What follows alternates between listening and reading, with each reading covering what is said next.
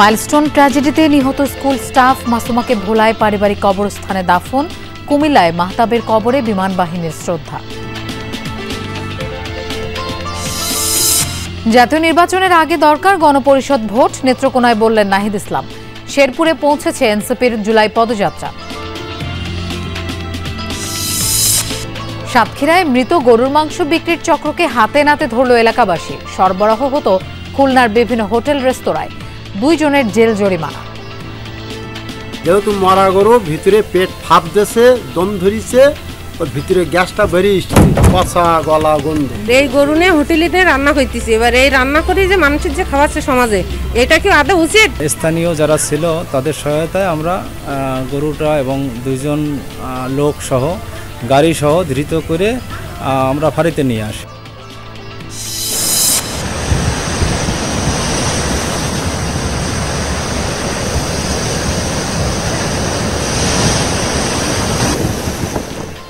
দুদিনের ভাঙনে লন্ডভন্ড কুয়াকাটা সমুদ্র সৈকত। সদ্য নির্মিত মেরিন ড্রাইভে ব্যাপক ক্ষতি। জোয়ারের পানিতে তলিয়েছে বাউফলের অন্তত 30টি গ্রাম।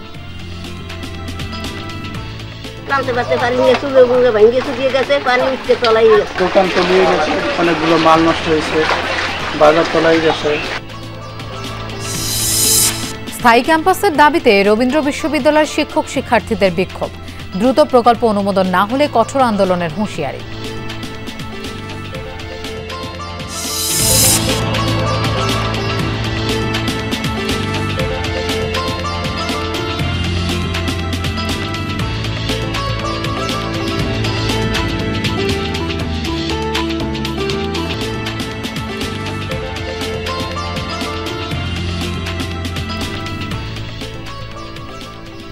শুভেচ্ছা, আমন্ত্রণ বিরতিহীন সংবাদ সারা দেশের আয়োজনে।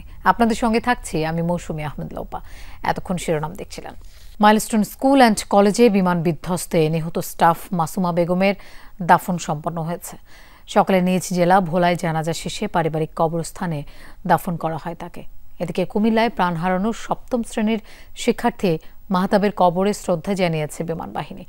টাঙ্গাইলে 2 শিক্ষার্থীর কবর জিয়ারত ও পরিবারের সাথে সাক্ষাৎ করেছেন বিএনপি নেতারা। মা হারা সন্তানদের আর্তনাদ, অপ্রত্যাশিত এ শেষ বিদায় মেনে নিতে পারছে না কেউ।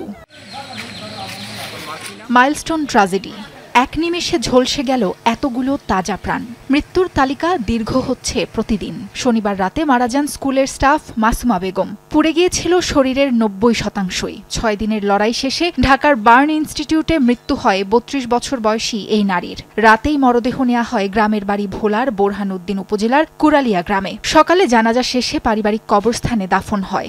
উনি আমার লগে শেয়ার করছে আইসিইউর ভিতরে যে আমি ইচ্ছা করলে পিছন দিয়ে চলে যেতে পারতাম, বাচ্চারে থুয়ে আমি নিজে বাঁচতে পারতাম, কিন্তু আসলে আমার সন্তানের দিকে তাকায়া এই বাচ্চারে থুয়ে আমি যাইতে পারলাম না। সরকারি যদি কোনো সহায়তা তার নামে বরাদ্দ থাকে সেটা আমরা তার কাছে পৌঁছে দেব। এমন মৃত্যুতে নির্বাক স্বজন, এলাকাবাসী। অভাব ঘোচাতে বছর 5 আগে রাজধানীতে এসেছিল মাসুমা সেলিম দম্পতি। ছেলে মানসুর পরে 6ষ্ঠ শ্রেণীতে। মেয়েকে বিয়ে দিয়েছেন আগেই। মা হারা সন্তানদের সান্ত্বনা দেয়ার ভাষা জানা নেই কারো। লাশ অনেক লাশ বাই করতেছে, আমার মারে দেখি না, মারে আগে লয়ে গেছে। পরে আমি পুরা মাঠ খুঁজতেছি মারে ফাইনা। পরে আমি বাইতাইছি, পরে আফু হেরা মামি হেরা কান্দাকান্দি করে, পরে খুঁজছি। পরে আব্বুর কাছে ফোন দিছে, পরে আব্বুর কাছে ফোন দিয়ে হসপিটালে খুঁজছে। আমার বোন অনেক সৎ লোক ছিল, আমার বোনের কিভাবে মৃত্যু হলো জানি না, আমার বোন অনেক কষ্ট পেয়েছে। বিস্ফোরণে 7ম শ্রেণীর শিক্ষার্থী মাহতাব রহমান ভুইয়ার দেহের প্রায় 70% পুড়ে গিয়েছিল। 4 দিন পর গত বৃহস্পতিবার দুপুরে জাতীয় বার্ন ও প্লাস্টিক সার্জারি ইনস্টিটিউটে মারা যায় মাহতাব। সেদিন রাতেই কুমিল্লার দেবিদারে উখারি গ্রামে দাফন করা হয় তাকে। পারিবারিক কবরস্থানে আজ শ্রদ্ধা জানিয়েছে বিমান বাহিনীর 12 সদস্যের প্রতিনিধি দল। আমি একটাই চাই, আমার ছেলে যেন শাহাদাতের মর্যাদা পান, আমি যেন শহীদের বাবা হিসেবে আল্লাহর দরবারে চলে যেতে পারি। মাহতাবের স্বজনদের সান্ত্বনা দেওয়ার চেষ্টা করেন তারা। আহতদের সুস্থতায় দোয়া করেন, দেন সহযোগিতার আশ্বাস। সারা দেশবাসী দোয়া করছে যে আমরা যেন এই শোক থেকে কাটিয়ে উঠতে পারি। আমরা মাহতাব ভুইয়ার শোক সন্তপ্ত পরিবারের প্রতি সমবেদনা জানাচ্ছি এবং যারা আহত হয়ে এখনও হাসপাতালে আছেন তারা যেন দ্রুত আরোগ্য লাভ করেন, সেজন্য আমরা দোয়া প্রার্থনা করছি। বিমান বিধ্বস্তের ঘটনায় নিহত টাঙ্গাইলের 2 শিক্ষার্থীর কবর জিয়ারত করেছে বিএনপি। দলের ভারপ্রাপ্ত চেয়ারম্যান তারেক রহমানের নির্দেশে সকালে মির্জাপুরের নয়াপাড়া গ্রামে তানভীর আহমেদ ও সখীপুরের কেরানীপাড়ায় হুমায়রার কবর জিয়ারত করেন বিএনপির ভাইস চেয়ারম্যান আব্দুস সালাম পিন্টু সহ নেতারা। নিহতদের বাড়িতে গিয়ে স্বজনদের সাথে সাক্ষাৎ করেন তারা, জানান সমবেদনা। Sabrina Liza, Jamuna news. Milestone School and কলেজের বিমান দুর্ঘটনায় ক্ষতিগ্রস্ত স্কুল ভবনে আলামত সংগ্রহ করেছে বিমান বাহিনীর তদন্ত দল। তদন্ত সংস্থা জানিয়েছে স্কুল ভবনটি কর্তৃপক্ষের কাছে হস্তান্তরে তাদের এই প্রয়াস। তবে এখনও দুঃসহ স্মৃতি তাড়া করছে শিক্ষার্থী ও অভিভাবকদের। মানসিক ট্রমা কাটাতে চলছে কাউন্সেলিং। মাইলস্টোন স্কুল অ্যান্ড কলেজের স্কুল ভবনের সামনে বিমানটি বিধ্বস্ত হওয়ার পর ছড়িয়ে ছিটিয়ে যায় এর বিভিন্ন ছোট ছোট টুকরো। বিমান বাহিনীর সদস্যরা মেটাল ডিটেক্টরের মাধ্যমে সেগুলি উদ্ধার করছেন। রোববার সকালে বিমান বাহিনীর তদন্ত দলের সদস্যরা ক্ষতিগ্রস্ত হায়দার আলী ভবনে প্রবেশ করে। আগুনে পোড়া শ্রেণীকক্ষ, বিধ্বস্তের স্থানসহ আশপাশের বিভিন্ন স্থান থেকে আলামত সংগ্রহ করে তারা। আনুষ্ঠানিকভাবে তদন্ত দল কথা না বললেও জানানো হয় স্কুল কর্তৃপক্ষের কাছে ভবনটি হস্তান্তরের প্রক্রিয়ার অংশ হিসেবে কাজ করছেন তারা। এদিকে ভয়াবহ ঘটনার 6 দিন পার হলেও এখনও মানসিক অস্থিরতা কাটেনি অভিভাবক শিক্ষার্থী সহ সকলের। এদিন বিদ্যালয়ের নির্দিষ্ট কাউন্সেলিং সেন্টারে শিক্ষার্থী অভিভাবকদের মানসিক ট্রমা কাটাতে কাউন্সেলিং করানো হয়। এই যে বাচ্চাগুলো ট্রমার মধ্যে আছে, এটা কখন ঠিক হবে? দেখেন, এটা তো একটা সময়ের ব্যাপার। সবই মিলায়ে মানে আমি নিজেও একটা খুব খারাপ একটা অবস্থার মধ্যে আছি। ও এখনো মানে খুব কান্নাকাটি করে। ওর মিসটা যে মারা গেছে সেটা ভুলতে পারতেছে না। ওর সাথে 5টা ফ্রেন্ড ছিল, ওর 5 জনই দগ্ধ হয়েছে। অভিভাবক শিক্ষার্থীরা বলছেন স্কুলের উপর দিয়ে বিমান উড়ে গেলে এখন আতঙ্কে থাকেন তারা। ক্লাস শুরুর জন্য এখনো মানসিক প্রস্তুতি নাই বলেও জানান তারা। যে ভয়টা সেটা আমার প্রতিদিন কাজ করে। আমার মনটা শুধু বলে যে স্কুলটা শুধু আমার দেখার ইচ্ছা একবার। আমি যে আম্মুর কাছে ছিলাম, এই যে প্রশাসনিক ভবন ওখানে ছিলাম, তারপর যখন 1 নলা ভাত নিয়েছি মুখে, তখন আরেক নলা দিবে, তখন এই শব্দটা। ঘোষণা না এলেও জানা গেছে আগামী 2 আগস্ট পর্যন্ত স্কুলের কার্যক্রম বন্ধ রাখা হতে পারে। ধ্বংসস্তূপ থেকে সরানো হয়েছে বিমানের সবশেষ আলামত। হয়তোবা 2-1 দিনের মধ্যে সংস্কার কাজ শুরু হবে এই ভবনটির। আবারও শিক্ষার্থীদের পদচারণায় মুখর হবে এই ক্যাম্পাস। কিন্তু যে দুঃসহ স্মৃতি শিক্ষার্থীদের মনের মধ্যে গেঁথে গেছে তা কি কখনো ভোলা যাবে? রাবি সিদ্দিকী, যমুনা নিউজ, ঢাকা। বাংলাদেশের জনগণই ঠিক করবে আগামীর নতুন সংবিধান। নেত্রকোনায় এনসিপির জুলাই পদযাত্রায় এমনটাই বললেন দলের আহ্বায়ক নাহিদ ইসলাম। দুপুরে শহরের মুক্তারপাড়া ব্রিজ এলাকা থেকে পদযাত্রা বের করেন এনসিপি নেতারা। পরে পুরাতন কালেক্টরেট মাঠে অনুষ্ঠিত হয় সমাবেশ। পথসভায় নাহিদ আরও বলেন, দেশের উন্নয়নে অন্তর্ভুক্তিমূলক একটি সংবিধান প্রয়োজন। এ সময় জাতীয় নির্বাচনের আগে গণপরিষদ ভোটের দাবিও উঠে আসে আহ্বায়কের কণ্ঠে। তাগিদ দেন অভ্যুত্থানের সব হত্যাকাণ্ডের বিচার নিশ্চিতের। পথসভায় অংশ নেন দক্ষিণাঞ্চলের মুখ্য সংগঠক হাসনাত আবদুল্লাহ, উত্তরাঞ্চলের মুখ্য সংগঠক সার্জিস আলম, সদস্য সচিব আক্তার হোসেন সহ কেন্দ্রীয় নেতারা। সভায় রাষ্ট্র সংস্কারের অঙ্গীকার আবারও তুলে ধরেন তারা। আহ্বান জানান জুলাই সনদ আদায়ে 3 আগস্ট সবাইকে ঢাকায় জড়ো হওয়ার। পরে শেরপুরে পথসভা গণসংযোগ করবে। বাংলাদেশের অভ্যুত্থানকারী জনতা বাংলাদেশের আগামী নতুন সংবিধান নির্ধারণ করবে। যে ফ্যাসিস্ট বাহিনী এই ধরনের হত্যাযজ্ঞ করেছে, 16 বছরে মানুষকে নির্যাতন করেছে, অনেকগুলো গণহত্যা করেছে, মানুষের টাকা লুট করেছে, সেই ফ্যাসিস্ট সরকার এবং তার বাহিনীর বিচার করতে হবে। দর্শক, শেরপুরে পৌঁছেছে এনসিপির জুলাই পদযাত্রা। আমরা এই বিষয়ে জানবো। আমাদের সাথে যোগ দিচ্ছেন সহকর্মী আদিল মাহমুদ উজ্জ্বল। উজ্জ্বল, এনসিপির কি কর্মসূচি আছে আজ, একটু বিস্তারিত জানতে চাই। হ্যাঁ, আপনি জানেন যে আসলে জুলাই আন্দোলনের যে সেখান থেকে শুরু হয়েছিল আজকে শেরপুরে, সেই খাদিকে কিন্তু সেই শহীদ 3 জনের নামে যে নাম ফলক সেটি উন্মোচনের মাধ্যমে কিন্তু এখান থেকে শুরু হবে। এবং নাহিদ ইসলাম ইতিমধ্যে এখানে পৌঁছেছে, সাথে সার্জিত আছেন এবং তাসনিম, যারা সবাই আছেন। আমি যদি আপনাকে একটু দেখাই, এই মুহূর্তে নেতাকর্মীরা কিন্তু এখানে অবস্থান করছে। তারা কিন্তু এখানে সেই পরিদর্শনে আছেন। এখানে সেই এনসিপির নেতাকর্মীরা এবং এখানে সেই বৈষম্য ছাত্র আন্দোলনে যারা সেই সময় অংশ অংশগ্রহণ করেছিল তারা সবাই আছে এখানে। সেই শহীদদের নাম ফলক উন্মোচন করার পরে থানা চত্বরে যে সেখানে একটি সমাবেশ হবে, সেই সমাবেশ থেকে জুলাই আন্দোলনের যে পদযাত্রার যে মূল কর্মসূচি সেখানে ঘোষণা করা হবে। এবং আপনি দেখতে পাচ্ছেন যে এই মুহূর্তে নাহিদ ইসলাম, তাসমিন জারা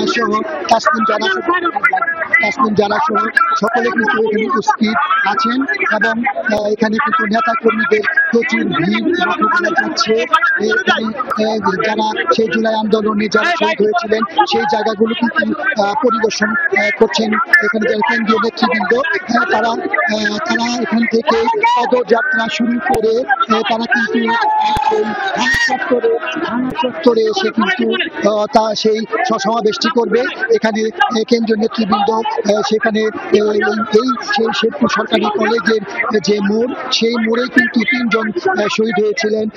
সেই শহীদদের উদ্দেশ্যে এখানে তারা আজকে এখানে পরিদর্শন এসেছে। সেই পরিদর্শন শেষে কিন্তু তারা কিন্তু পদযাত্রা শুরু করবেন। কিছুক্ষণের মধ্যেই পদযাত্রা যে এই ছিল আমার কাছে সর্বশেষ। উজ্জ্বল, আপনাকে ধন্যবাদ আমাদের সাথে যোগ দেওয়ার জন্য। গোপালগঞ্জের সংঘাতের ঘটনায় দায়ের করা মামলায় শিশুদের গ্রেফতারে শিশু আইন সঠিকভাবে প্রয়োগ হচ্ছে কিনা তা তদন্তে কমিটি গঠনের নির্দেশ দিয়েছেন হাইকোর্ট।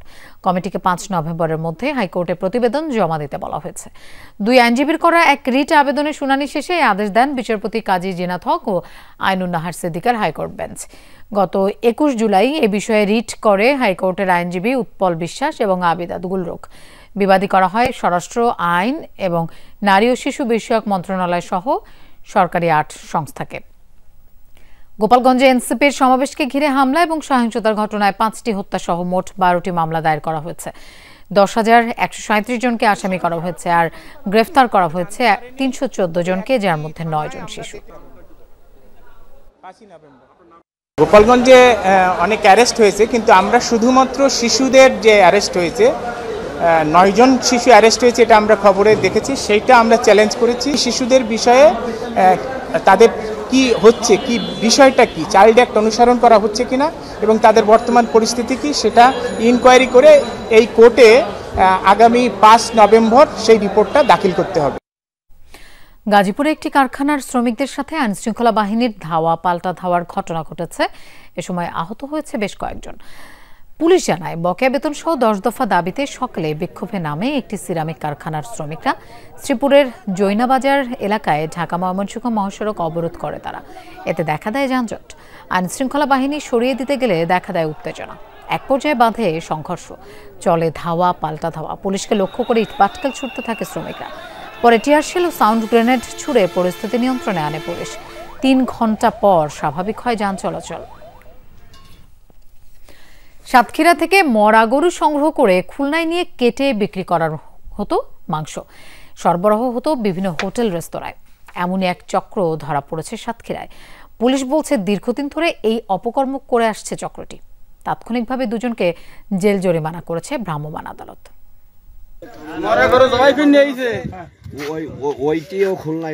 গভীর রাতে হঠাৎ হইচই সাতক্ষীরা সদরের বাইপাস সড়ক এলাকায়। মরা গরু সহ একটি পিকআপ ভ্যান আটক করে এলাকাবাসী। খবর পেয়ে ছুটে যায় পুলিশ।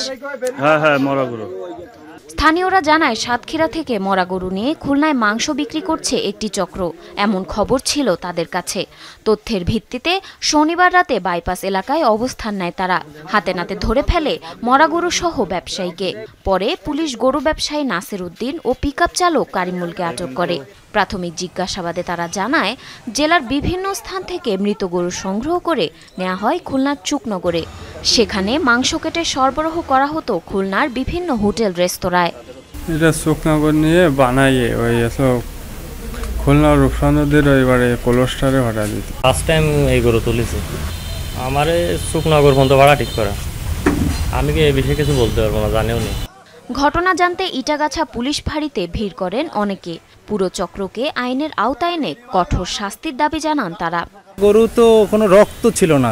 ওই যে একটা গরু জবাই দিলে অনেক সময় তো রক্ত থাকে, 4-5 ঘন্টা থাকে, কিন্তু ওটা তো সে কোনো রক্তই তার শরীরে ছিল না। এই জন্য আমরা বুঝতে পারি যে ওটা মরা গরু। জ্যান্ত গরু জবাই করলে এটা হয় না, যেহেতু মরা গরু ভিতরে পেট ফাঁপ দিয়েছে, দম ধরিছে, ওর ভিতরে গ্যাসটা বেরিয়ে এসছে, পচা গলা গন্ধ নিয়ে রক্ত পানি। এবার এই গরু নিয়ে হোটেলে রান্না করতেছি, এবার এই রান্না করে যে মানুষের যে খাওয়াচ্ছে সমাজে, এটা কি আদৌ উচিত? মরা গরু জবাই করার সম্পূর্ণ নিষিদ্ধ এবং এটা তো আইনত অপরাধ। মরা গরু বিক্রির অপরাধে আটককৃতদের জেল জরিমানা করা হয়েছে বলে জানান ম্যাজিস্ট্রেট। ভবিষ্যতে যেন এ ঘটনার পুনরাবৃত্তি না ঘটে তার পদক্ষেপ নেওয়ার আশা সংশ্লিষ্টদের। অত্যন্ত গর্হিত একটি অপরাধ মরা গরু এরকম সাধারণ জনগণকে পরিবেশ করা। এই অপরাধের প্রেক্ষিতে তারা অপরাধ স্বীকার করার পরে তাদেরকে জাতীয় ভোক্তা অধিকার সংরক্ষণ আইন 2009-এর 45 ধারা অনুসারে তাদেরকে 25,000 টাকা জরিমানা করা হয়েছে, অনাদায়ে 7 দিনের কারাদণ্ড এবং একই সাথে তাদেরকে 1 মাসের বিরাশ্রম কারাদণ্ড দেওয়া হয়েছে। এই ব্যাপারে আমাদের যে আইন আছে তার যথাযথ পদক্ষেপ আমরা গ্রহণ করব যেন ভবিষ্যতে এই ধরনের ঘটনা পুনরাবৃত্তি না হয়। সাতক্ষীরার কামালনগরের জুয়েল কসাই ও খুলনা ডুমুরিয়ার রবি কসাই এই চক্রের অন্যতম হোতা বলে জানিয়েছে আটককৃতরা। জারিন অর্নি, যমুনা নিউজ। বগুড়ার নন্দীগ্রামে কাভার্ড ভ্যান ও সিএনজি চালিত অটোরিকশার সংঘর্ষে 2 জন নিহত হয়েছেন, আহত হয়েছেন 2 পথচারী সহ 5 জন। দুপুরে উপজেলার কুন্দারহাট এলাকার বগুড়া নাটোর মহাসড়কে এই দুর্ঘটনা ঘটে। পুলিশ জানায় নন্দীগ্রাম থেকে যাত্রী নিয়ে বগুড়ার দিকে যাচ্ছিল সিএনজি অটোরিকশা। কুন্দারহাট বাজার এলাকায় পৌঁছালে বিপরীত দিক থেকে আসা নাটোরগামী একটি দ্রুত গতির কাভার্ড ভ্যান সিএনজিটিকে চাপা দেয়। ঘটনাস্থলে মারা যান চালক আরাফাত হোসেন ও যাত্রী হাওয়া বেগম। আহত হন অটোরিকশার আরও 3 যাত্রী ও 2 পথচারী। স্থানীয়রা আহতদের উদ্ধার করে শহীদ জিয়াউর রহমান মেডিকেল কলেজ হাসপাতালে ভর্তি করে। দুদিনের ভাঙনে লন্ডভন্ড পটুয়াখালীর কুয়াকাটি সমুদ্র সৈকত। প্রায় 5 কোটি টাকা ব্যয়ে সদ্য নির্মিত মেরিন ড্রাইভের বিভিন্ন অংশ ভেসে গেছে। ঝুঁকিতে অর্ধেকের বেশি অংশ। বিপাকে পড়ছে স্থানীয় ক্ষুদ্র ব্যবসায়ীরা। বৈশ্বিক উষ্ণতা বৃদ্ধির প্রভাবে ঘন ঘন প্রাকৃতিক দুর্যোগ আর দুর্বল অবকাঠামোকে দুষছেন অনেকেই। উদ্বোধনের আগেই দ্বিতীয় দফায় ভাঙতে শুরু করেছে কুয়াকাটার মেরিন ড্রাইভ সড়ক। সাগরের নিম্নচাপের প্রভাব আর অমাবস্যার জোয়ারের পানি উপকূলে আছড়ে পড়ছে জলোচ্ছ্বাস। গত 2 দিনে 2 কিলোমিটার সড়কের বিভিন্ন অংশ ভেঙে গেছে। 2024 সালে 4,86,00,000 টাকা ব্যয় পর্যটকদের সুবিধা ও কুয়াকাটা সৈকতের সৌন্দর্য রক্ষায় মেরিন ড্রাইভের আদলে 2 কিলোমিটার সড়ক নির্মাণের কাজ হাতে নেয় কুয়াকাটা পৌরসভা। নির্মাণ কাজ শেষ হলেও উদ্বোধনের কোনো তারিখ দেয়নি কর্তৃপক্ষ। তার আগেই গত 29 মে ঘূর্ণিঝড় শক্তির প্রভাবে প্রথমবার সড়কের কিছু অংশ ভেঙে যায়। 2 মাসের ব্যবধানে আবারও ধসে গেল সড়ক। এবার শুধু মেরিন ড্রাইভ নয়, ভেঙেছে সড়ক রক্ষায় নির্মিত গাইড ওয়াল এবং ওয়াকওয়ে। এরকম ভাঙাচোরা অবস্থা, চলাফেরার খুব মুশকিল। তারপরে ওদিকে কিছু কাজ দেখলাম হয়েও হচ্ছে না। বেরিবাদ বাদ দিছে, এই বাদ আমার মনে হয় যে অনেক ঝুঁকিপূর্ণ হয়ে রয়েছে। কাজের জন্য যা হাইটে দেখলাম অনেক জায়গায় যে কোনো সময় অ্যাক্সিডেন্ট হতে পারে। ফিশ ফ্রাই মার্কেট আছে, এখানে আসতে পারতো সহজেই, যে আপনারা দেখছেন। তো রাস্তাটা ভেঙে যাওয়ার কারণে এখন অনেক কষ্ট, মানুষ আসতে পারে না, এদিক দিয়ে কাদা।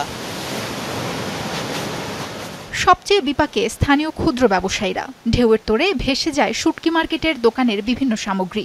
স্থানীয়রা বলছেন দফায় দফায় ভাঙনে কমছে পর্যটকদের আনাগোনা। অপরিকল্পিত কাজ আর দুর্বল অবকাঠামোকে দায়ী করছেন অনেকে।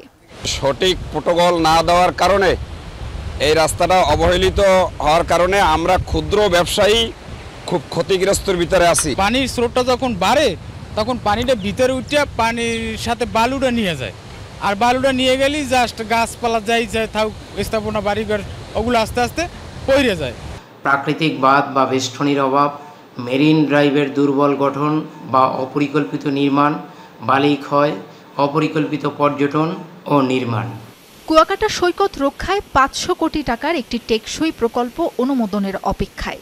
সেটি হাতে পেলেই সৈকত সুরক্ষিত করা যাবে বলে মনে করছেন প্রশাসনের কর্মকর্তারা। প্রকল্পটি যদি আমরা পাই তাহলে এর স্থায়ী যে সি বিচ প্রোটেকশন সেটি হবে। আমাদের পশ্চিম পাশে যেভাবে ব্লক প্রোটেকশন আছে, এই রাস্তা কিন্তু ভাঙছে না বা এটা দীর্ঘদিন থাকবে বলা যায়।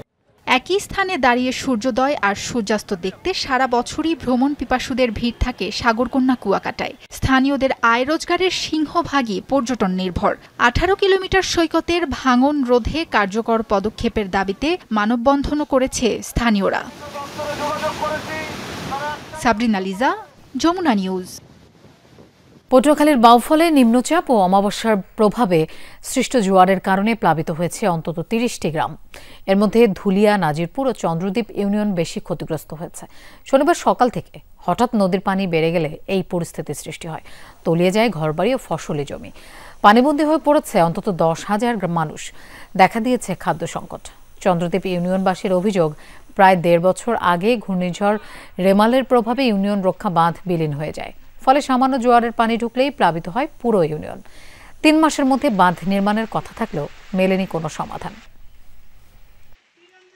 সব রাস্তাঘাট তলায় নিয়ে রাস্তা ভাঙ্গা চূড়া, আমরা আইতে পারি না। বন্যার পানির কারণে আমাদের রাস্তাঘাট তলায় গেছে, নদী নালা পুকুর তলায় গেছে, আমাদের হাঁটতে হাঁটতে কষ্ট হয়। হাঁস মুরগি গরু ছাগল লইয়ে পানিতে খুব অসহায় আছে। দোকান তলিয়ে গেছে, অনেকগুলো মাল নষ্ট হয়েছে, বাজার তলায় গেছে।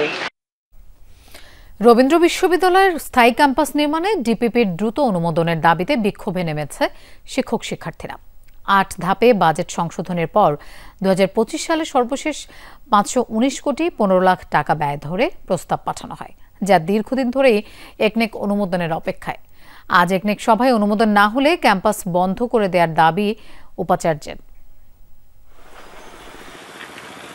ডিপিপির লাল ফিতায় আটকে আছে একটি বিশ্ববিদ্যালয়ের স্থায়ী ক্যাম্পাসের অনুমোদন। 8 বার প্রকল্প সংশোধনীর পরও মিলছে না কাঙ্ক্ষিত সেই পত্র।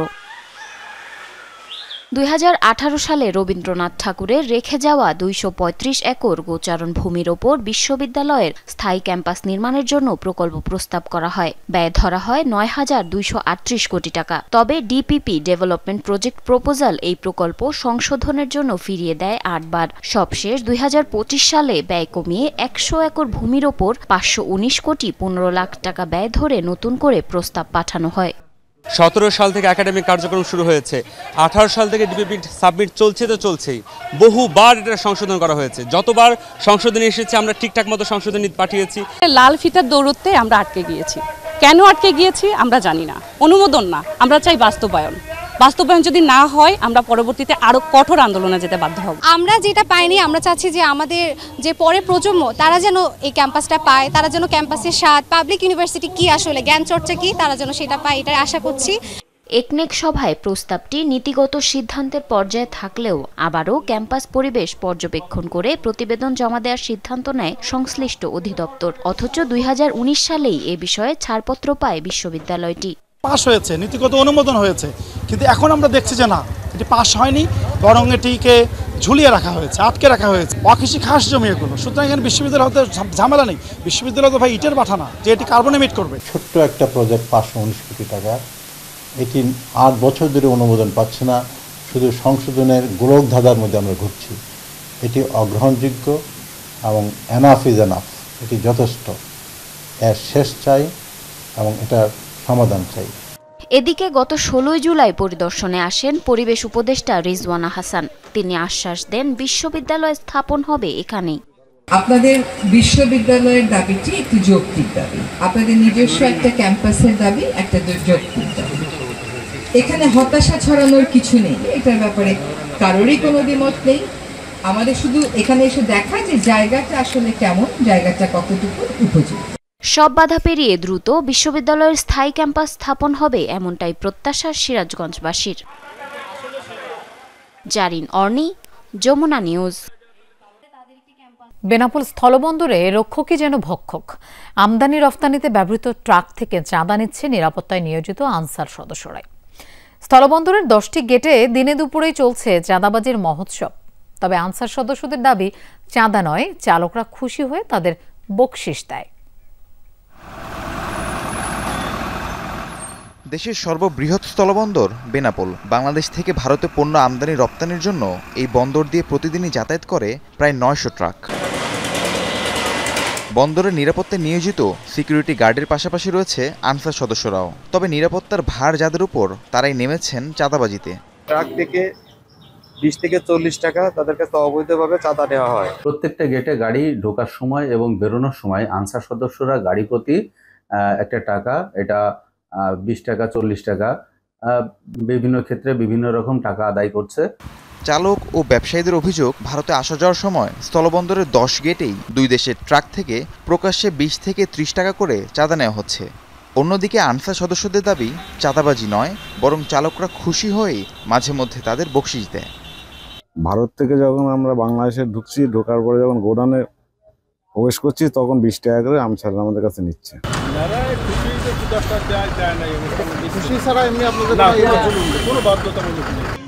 এ ব্যাপারে বন্দর পরিচালক জানালেন, চাঁদা নয়, 10 টাকা করে দিয়ে কোনো কোনো ট্রাক চালক সিরিয়াল এগিয়ে নেয়। তবে এ ধরনের অভিযোগ পেলে আনসার সদস্যদের বিরুদ্ধে ব্যবস্থা নেওয়া হয়। একেবারে পেছনে যিনি আছেন তিনি হয়তো 10 টাকা দিয়ে সিরিয়ালটি ব্রেক করার চেষ্টা করেন। এটি আমাদের এডি এবং টিডি সহ আমার সামনে পড়লে সাথে সাথে সেই আনসারকে আমরা চেঞ্জ করে তার একটি বিভাগীয় ব্যবস্থা তার বিরুদ্ধে আমরা নিয়ে থাকি। আপনি জানবেন যে প্রতিনিয়তই কাউকে না কাউকে আমরা শাস্তির আওতায় আনছি। বেনাপোল স্থলবন্দরে নিরাপত্তার জন্য 163 জন আনসার ও 129 জন সিকিউরিটি গার্ড নিয়োজিত রয়েছে। রাহিম সারোয়ার, যমুনা নিউজ। প্রায় 1 মাস ধরে বন্ধ হবিগঞ্জ জেলা শিল্পকলা একাডেমির প্রশিক্ষণ কার্যক্রম। কবে চালু হবে তাও জানান না কেউ। জেলা কালচারাল অফিসারের দাবি, একটি সংগঠনের দাবির প্রেক্ষিতে প্রশিক্ষণ বন্ধ রাখতে বাধ্য হয়েছেন তারা। তবে ওই সংগঠন বলছে তারা শুধু জেলার শিল্পীদের দাবিটুকু জানিয়েছেন। গেল 30 জুন ছিল হবিগঞ্জ শিল্পকলা একাডেমির সবশেষ প্রশিক্ষণ ক্লাস। সেদিনই জানিয়ে দেওয়া হয় 1 জুলাই থেকে বন্ধ থাকবে প্রশিক্ষণ কার্যক্রম। বোর্ডে টানানো হয় নোটিশ। একাডেমির শিশু ও সাধারণ বিভাগে সঙ্গীত, নৃত্য, চারুকলা, আবৃত্তি, নাটক ও তালযন্ত্র এই 6টি বিষয়ে প্রশিক্ষণ দেওয়া হয়। এসব বিষয়ে প্রশিক্ষণ নিচ্ছিলেন 476 শিক্ষার্থী। হঠাৎ প্রশিক্ষণ বন্ধ হওয়ায় বিপাকে পড়েছেন তারা। এখন যদি হঠাৎ করে সঙ্গীত বন্ধ হয়ে যায় তাহলে আমরা, আর শুধু আমি না, যারা সঙ্গীত ভালোবাসে তারাও কিন্তু ভেঙে পড়বে। সাময়িক সময়ের জন্য বন্ধ, তো কবে খোলা হবে এটা আমরা জানি না। অতি সত্বর সমস্যাগুলো সমাধান করে আমাদের সে পুনরায় আবার ক্লাসগুলো চলমান হোক, এই আশা প্রত্যাশা করি। অভিভাবকরা বলছেন এমন সিদ্ধান্তে ব্যাহত হচ্ছে শিশুদের শিল্পচর্চা। যে টিচারই ওরা আনুক, যেই হোক, যেই আসুক, মানে আমাদের কথা হচ্ছে প্রতিষ্ঠানটা আগের মতো চলতো। আমরা চাই সরকারিভাবে আমাদের বাচ্চা মানুষ হোক, এখন কবে খুলবে কি তা যেন আমরা তাড়াতাড়ি পাই।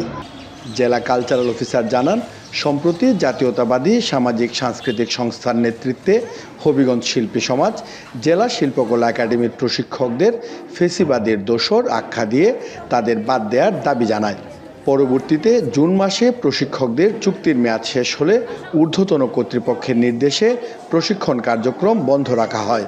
ডিসি মহোদয় এবং ডিজি মহোদয় যেভাবে আমাকে নির্দেশনা দিয়েছেন, বলেছেন যে ক্ষণিক সময়ের জন্য, এটা খুব বেশি দীর্ঘ সময়ের জন্য তা কিন্তু না, খুব অল্প সময়ের জন্য, কারণ আমরা খুব দ্রুতই একটা সিদ্ধান্তে পৌঁছব, এই সিদ্ধান্তটি নিতে তারা বাধ্য হয়েছে।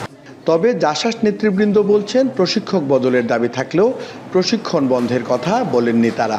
এসিস্টদের যারা দোষর, সেই প্রশিক্ষকদেরকে অপসারণের দাবিতে আমরা কথা বলেছি,